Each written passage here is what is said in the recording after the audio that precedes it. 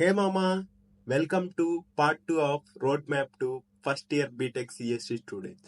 పోయిన వీడియోలో మనం వచ్చేసి సి వల్ల యూసెస్ ఏంటి అనేది తెలుసుకున్నాం. నేను ఇంకొక కేసు మిస్ అయ్యా మామ. సి అనేది గేట్ లో కూడా సబ్జెక్ట్ ఉంటుంది. సో సి నేర్చుకుంటే నువ్వు గేట్ కూడా యూస్ అయ్యిద్ది.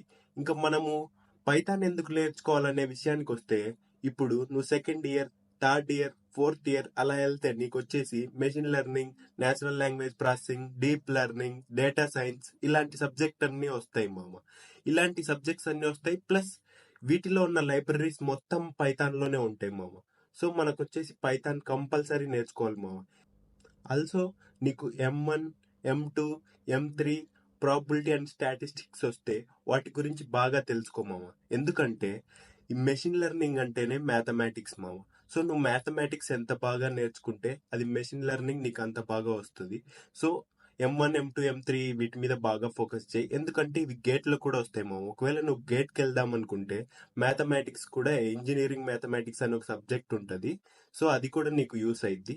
కాబట్టి మ్యాథమెటిక్స్ మీద కూడా ఫోకస్ చేయి మామ. సో నువ్వు ఫస్ట్ ఇయర్ లో ఉంటే మ్యాథమెటిక్స్, పైథాన్, సి ఇవి ఎక్కడి నుంచి నేర్చుకోవాలి అన్నది నేను వచ్చేసి ఒక రోడ్ మ్యాప్ క్రియేట్ చేశాను మామ. ఆ రోడ్ మ్యాప్ నీకు కావాలనుకుంటే రోడ్ మ్యాప్ అని కామెంట్ చేయము.